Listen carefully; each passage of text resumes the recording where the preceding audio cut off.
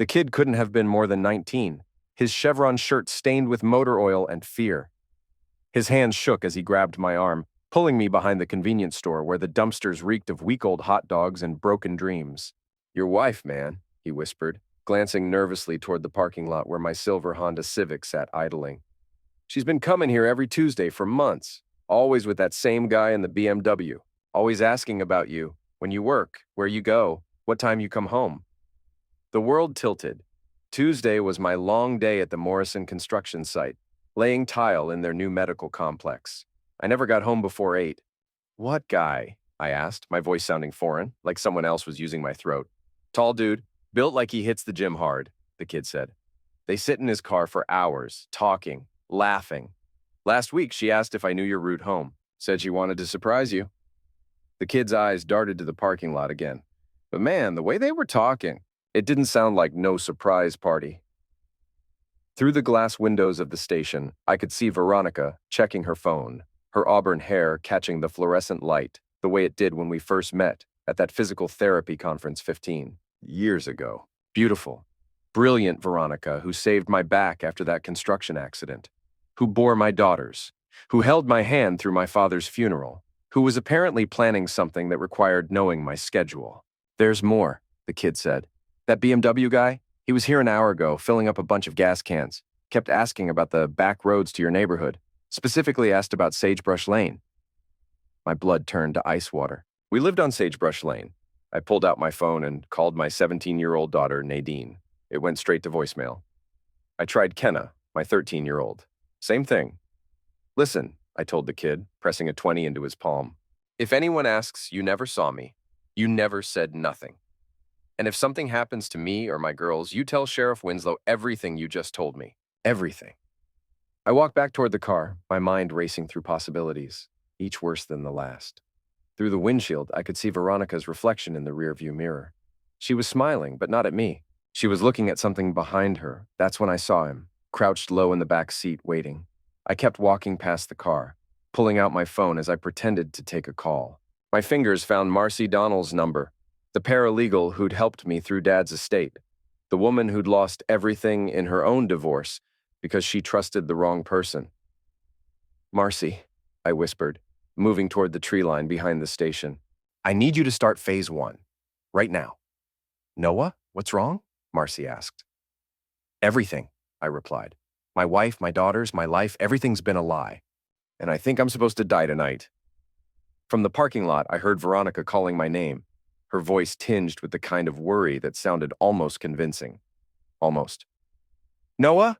Honey, where are you?" she called. I ended the call and watched from the shadows as the man in my back seat slowly raised his head, scanning the area. Even in the dim light, I could see the gym bag beside him, could make out the distinctive profile of Jeremiah Stroud, the co-owner of Peak Fitness where Veronica had been working late every Tuesday for the past year. My phone buzzed with a text from Veronica.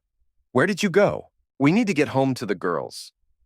But I was already walking deeper into the woods, already dead to the life I thought I knew, already planning how a man comes back from the grave to settle accounts with the living. The game was about to begin, and for the first time in 2 years, I held all the cards. 3 days later, I was supposedly in Las Vegas at a tile contractors convention.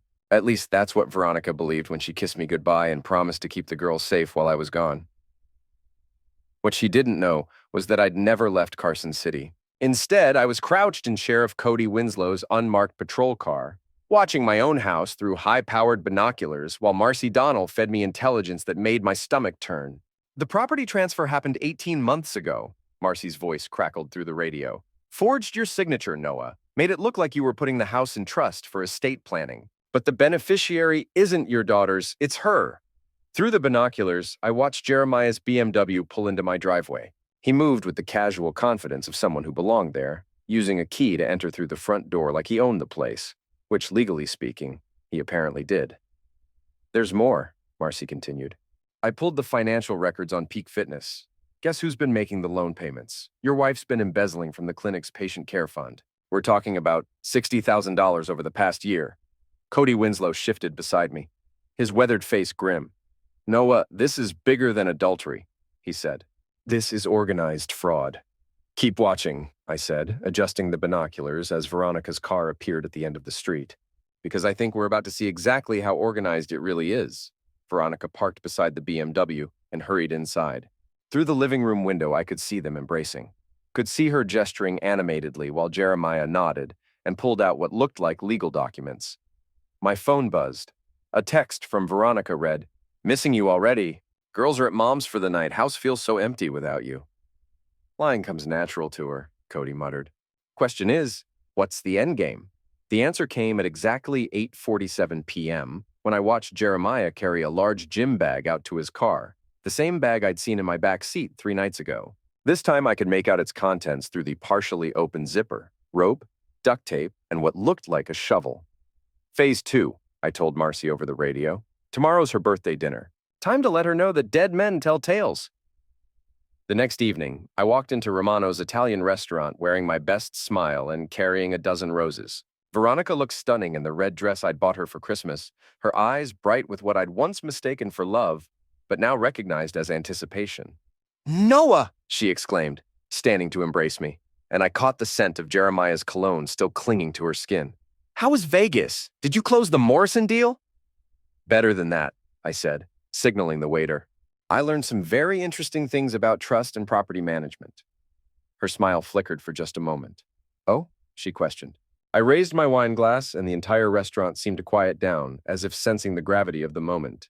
"To the woman who taught me how to play dead," I said, my voice carrying across the dining room, so I could strike like I never had blood in me. The color drained from Veronica's face as the implications hit her. She knew that I knew. The question was, what was I going to do about it? "Noah, we need to talk privately," Veronica said. "No," I said, settling back in my chair. "I think we've done enough talking in private. From now on, everything happens in the light." That's when she realized she was looking at a ghost, and ghosts by definition have nothing left to lose. The next morning, I called Jeremiah's gym from a payphone outside the courthouse, where Marcy was filing papers that would make his world very complicated. "Peak Fitness, this is Jeremiah," his voice came over the line. "Mr. Stroud, this is Bill Morrison from Morrison Construction," I said. "We've got an urgent situation at the medical complex job site, something about the tile work that your business partner's husband installed. We need you here immediately to sign off on some liability waivers." "I'm sorry, what?" Jeremiah stammered. "I don't have a business partner who's—" "Noah Brinks, the tile contractor?" I pressed. "Look, there's been some water damage, and the insurance company is demanding that all stakeholders sign off before we can proceed. This is costing us thousands per hour." Greed won over caution, as it always does. 20 minutes later, Jeremiah pulled his pristine BMW into the construction site, where I waited beside a cement mixer and 15 bags of Quikrete that I'd purchased that morning. "Where's Morrison?" he asked, stepping out of his car. "Running late," I said, walking toward him with a clipboard. "But I can explain the situation. See, the problem isn't with the tile work. The problem is with trust." Recognition dawned in his eyes just as my fist connected with his solar plexus. He doubled over, gasping, and I zip-tied his hands behind his back before he could recover. "Noah, wait," he started. "You waited in my back seat with a bag full of rope and duct tape," I said, opening the first bag of Quikrete. "You forged property documents. You planned to make me disappear so you could comfort my grieving widow and help her raise my daughters." I began pouring the concrete mix into his BMW's fuel tank, each bag disappearing into the expensive German engineering with a satisfying "ah" whisper. "But here's what you didn't plan on," I continued, opening the second bag. "Dead men don't stay buried when they've got daughters to protect and a community that still believes in justice." "Please, Noah, we can work this out," Jeremiah pleaded. "I'll give you everything back. I'll disappear. Just don't—" 15 bags, I said, continuing my methodical work. "One for each year I was married to your accomplice. When this concrete sets, your car becomes a very expensive paperweight. Just like your gym is about to become when the state insurance board investigates where your loan payments really came from." By the time I finished, Jeremiah was crying. Not the tears of remorse, but the tears of a man watching his comfortable world turn to rubble. "Here's what happens next," I said, cutting his zip ties and stepping back. "You drive that car exactly once to the police station where you're going to confess to fraud, conspiracy, and attempted murder. Because Sheriff Winslow is expecting you, and if you don't show up in the next hour, those charges become a lot more serious." The car won't start with concrete in the tank, he cried. No, I agreed. It won't. Better start walking. That evening, I returned home to find Veronica pacing the living room while both daughters sat on the couch, their faces tear-streaked and confused. Girls, go to your rooms, I said quietly. Dad, what's happening? Nadine asked. Mom says you've lost your mind. Your father, Veronica interjected, has been harassing Jeremiah and making wild accusations. I pulled out my phone and played the recording I'd made at the construction site. Jeremiah's voice filled the room, confessing to everything in a desperate attempt to negotiate his way out of trouble. Kenna, my 13-year-old baby, looked at her mother with eyes that suddenly seemed decades older. Is it true, Mom? She asked her mother. You were going to hurt Dad? The slap came so fast that I barely saw Veronica's hand move. Kenna stumbled backward, her cheek already reddening, and something primitive and violent stirred in my chest. You don't touch my daughters, I said, my voice deadly quiet. They're my daughters too, Veronica retorted. No, I said, producing the custody papers that Marcy had prepared. Not anymore. The next morning brought chaos that even I hadn't anticipated. I was at the public library, researching property law, when my phone exploded with missed calls and frantic text messages. The first was from Nadine. Dad, Mom's brother is here, and he's furious. The second was from Cody Winslow. Jeremiah made bail. Someone posted it anonymously. Watch your back. The third was from a number I didn't recognize. Library, now. Come alone or your daughters pay. I was still processing the implications when I heard the screech of tires in the parking lot. Through the window, I saw Jeremiah's backup car, a black Mustang that I now realized must belong to whoever had posted his bail. He burst through the library doors like a man with nothing left to lose, which, given the state of his BMW and his business, was probably accurate. You son of a bitch, he shouted, causing elderly patrons to scatter like startled birds. You destroyed everything. I was already moving toward the back exit when I saw the outline of something in his jacket pocket. The librarian, Mrs. Henderson, was reaching for the phone to call police. Run! I shouted to her, then took off through the stacks with Jeremiah close behind. What followed was the most undignified chase of my life. A 43-year-old tile contractor and a fitness center owner crashing through the Carson City Public Library, like characters in an action movie, written by someone with no budget and even less sense. I vaulted over the children's reading area, scattered a display of local history books, and burst through the emergency exit with alarms blaring. Jeremiah was right behind me, and whatever was in his pocket wasn't a phone. The parking lot offered no cover, but it did offer witnesses. I could see people pulling out phones, recording what probably looked like a bizarre episode of middle-aged road rage. That's when I remembered Cody's advice. Sometimes the best defense is making sure everyone's watching. I stopped running and turned to face him. Go ahead, I shouted, loud enough for every phone camera to pick up. Pull it out. Show everyone what kind of man tries to kill someone's husband so he can steal his family.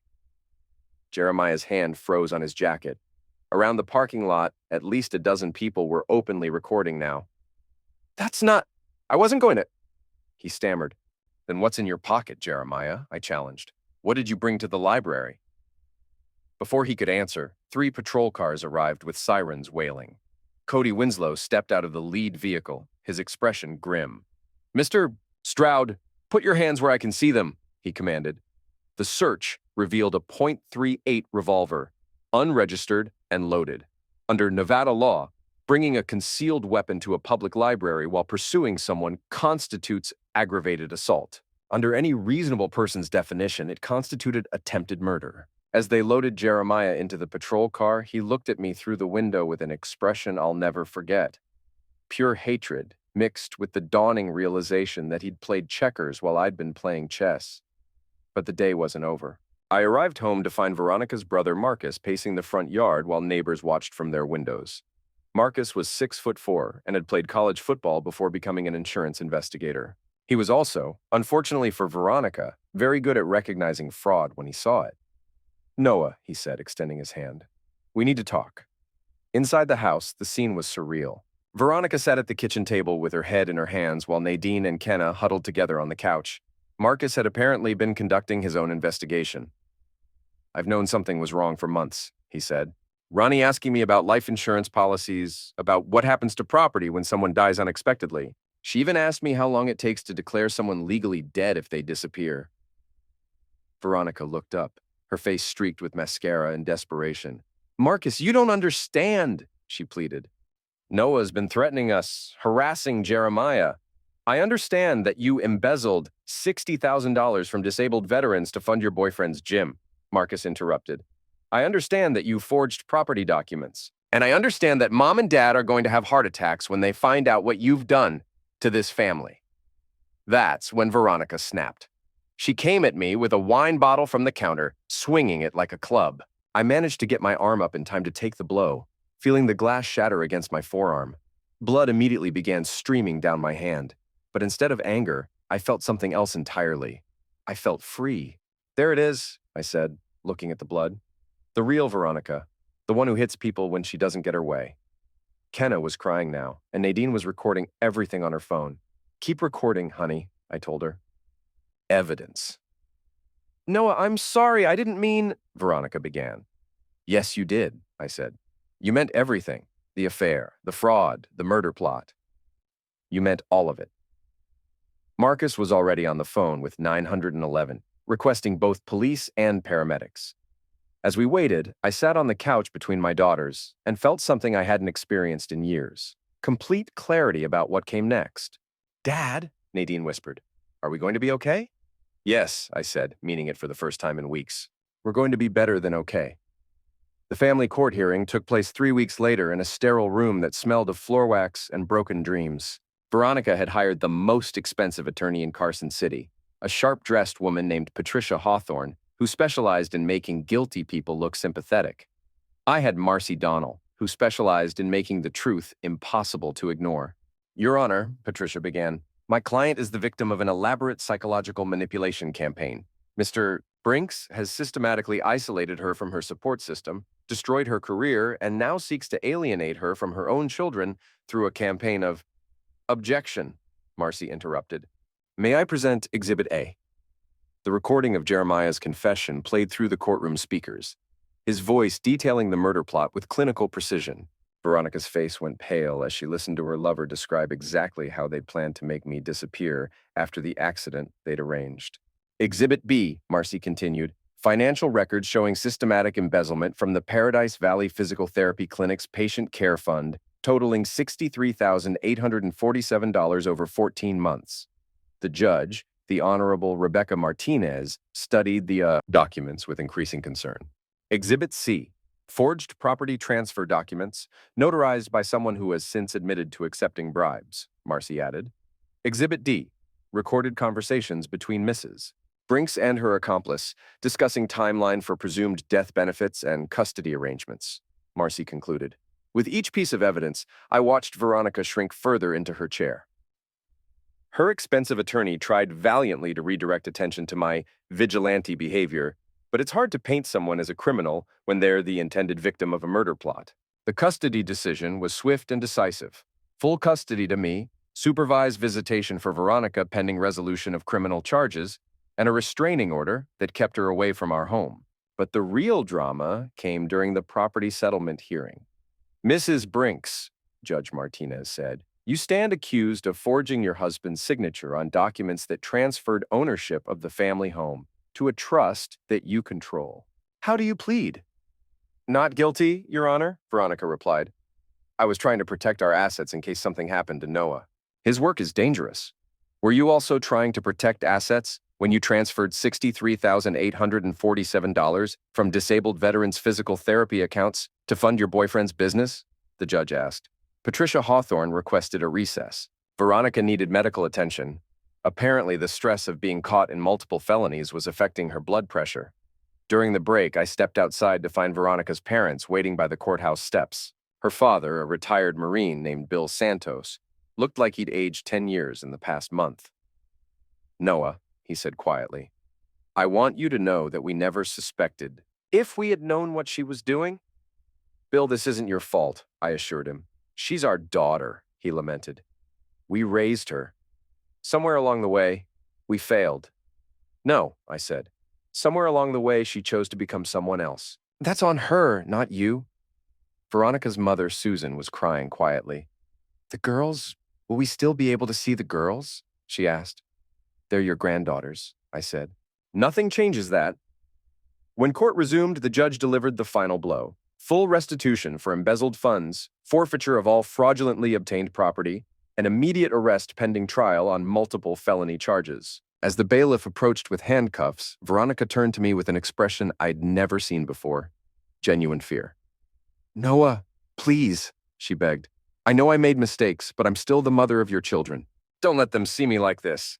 For a moment, I almost felt sorry for her. Almost. "You should have thought about that," I said, "before you decided I was worth more dead than alive."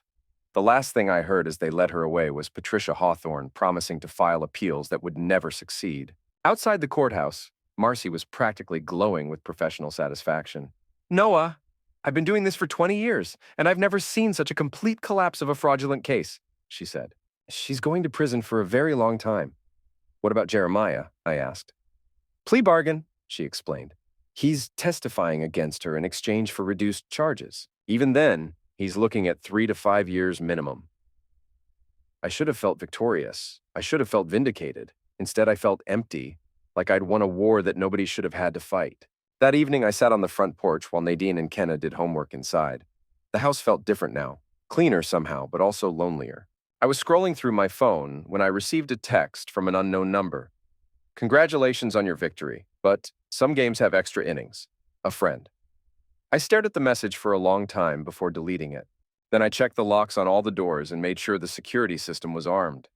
Because even though the official story was over, I had a feeling the real story was just beginning. Sheriff Cody Winslow arrived at my house at 11:47 p.m. on a Tuesday, exactly 1 month after Veronica's sentencing. I knew it was serious because he came alone and used the back door. "Noah, we need to talk," he said. I poured coffee while he sat at my kitchen table, his weathered face grim in the fluorescent light. "Jeremiah Stroud was found dead in his cell this morning," Cody stated. "Apparent suicide. Bedsheet noose, textbook procedure. But there are some things about it that don't add up." My coffee cup stopped halfway to my mouth. "Such as?" I asked. "Such as the fact that he was supposed to testify next week in Veronica's appeal hearing," Cody listed. "Such as the fact that someone posted his original bail anonymously and we still don't know who. Such as the fact that his cellmate was transferred out just yesterday, leaving him alone for the first time since his incarceration." Cody pulled out his phone and showed me a video file. "This was sent to the prison warden an hour before Jeremiah's body was discovered," he explained. "Came from a burner phone that we can't trace." The video was dark and shaky, but I could make out Jeremiah's face, bloodied and desperate, speaking directly to the camera. "I know it was you," he said, his voice barely above a whisper. "They told me you paid them to make sure I never testified. But you need to know. I left something behind. Insurance. If anything happens to me, Noah Brinks, the whole truth comes out." The video ended. "Noah," Cody said carefully, "where were you between 6 p.m. and midnight yesterday?" "Home with my daughters," I answered. "We ordered pizza from Giovanni's, watched a movie. Nadine can verify the time because she was texting her friends during the show." "I believe you," he said, "but someone wants people to think you orchestrated this. The question is why?" Before I could answer, my phone buzzed with another message from the unknown number. "Check your email, then we'll talk. A friend." The email account was one I hadn't used in years, an old Hotmail address from before I met Veronica. The message contained a single video file and a short note. "Mr. Brinks, your wife hired me to kill you. When that plan failed, she hired me to kill her lover before he could implicate her further. I've completed both contracts as agreed. Payment has been received. This video serves as proof of our business arrangement. Should you require it for legal purposes, no further contact will be necessary. Professional services." The attached video showed Veronica in an orange prison jumpsuit, speaking to someone off camera in what appeared to be a private conference room. "I don't care how you do it," she was saying. "Jeremiah knows too much, and if he testifies, I'll spend the rest of my life in prison. Make it look like suicide. Make sure there's enough doubt that people think Noah arranged it. Kill 2 birds with 1 stone." The person she was speaking to remained off camera, but I could hear them clearly. "That will cost extra," the voice replied. "Framing someone for murder is more complicated than simple elimination." "How much extra?" Veronica asked. 50,000, the voice stated, half up front. "Done," she confirmed. "My parents have that much in savings. I'll have them wire it to the account number you provided." The video ended. I stared at the screen for a long time, processing the implications. Even from prison, even after losing everything, Veronica was still playing chess, still trying to destroy me, still willing to sacrifice anyone, including her lover, to win. "Cody," I said finally, "I need to show you something." After he watched the video, Cody sat in silence for several minutes. "Noah, this changes everything," he stated. "This proves that Veronica orchestrated Jeremiah's murder and attempted to frame you for it. But it also means there's a professional killer out there who knows where you live and has reason to make sure you never see this evidence." "What do you mean?" I asked. "Think about it," he explained. "If you're convicted of arranging Jeremiah's murder, the video becomes irrelevant. Dead men can't testify. But if you're alive and free, you're the only person who can prove that Veronica hired a hitman. That makes you a liability." As if summoned by our conversation, my phone rang. Unknown number. "Answer it," Cody said, signaling for me to put it on speaker. "Hello, Noah," the voice said, professionally neutral, neither male nor female. "I assume you've seen the video by now." "Who is this?" I asked.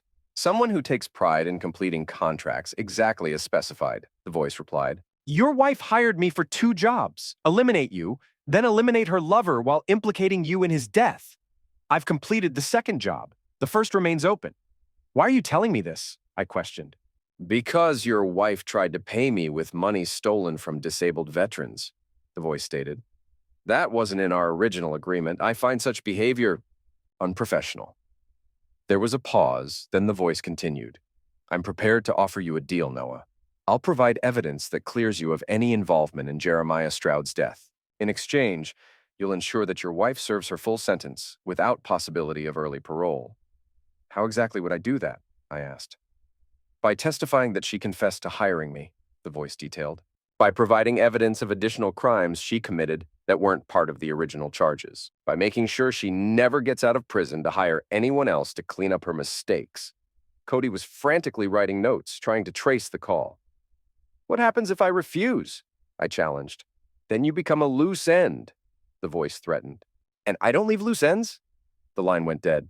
Cody immediately called for backup units to watch the house while we figured out our next move. But as I sat there in my kitchen, surrounded by the remnants of my destroyed marriage and the growing shadows of a threat I couldn't fully understand, I realized something that chilled me more than any anonymous killer ever could. Even now, even from behind bars, Veronica was still winning. She'd turned me into exactly the kind of man I'd never wanted to be. Someone who lived in fear, someone who looked over his shoulder, someone whose daughters couldn't feel safe in their own home. But she'd also made one crucial mistake. She'd assumed I was still the same man who'd trusted her blindly for 15 years, the same man who'd believed her lies and overlooked her betrayals, the same man who'd rather avoid conflict than fight for what mattered. She was wrong. I walked to the front window and looked out at the quiet street where I'd raised my daughters, where I'd built a life based on trust and honesty and the belief that good people could live safely in a world that rewarded decency. That world was gone, but in its place, something harder and more dangerous had emerged. A black sedan drove slowly past the house, its windows tinted, its license plate obscured. I smiled and reached for my phone. "Marcy, it's Noah," I said into my phone. "I need you to prepare one more document, something that's going to ensure my wife never sees daylight again." "Noah, what are you planning?" she asked. "I'm planning to win," I said, watching the sedan disappear around the corner. "And this time, I'm not taking any prisoners." Outside, the autumn wind scattered leaves across the driveway like playing cards from a deck that had been shuffled too many times. But I wasn't worried about what cards fate might deal me next, because I'd finally learned the most important rule of any game. The person who's willing to lose everything is the person who can't be beaten. And I'd already lost everything that mattered. Now it was time to make sure everyone else did too.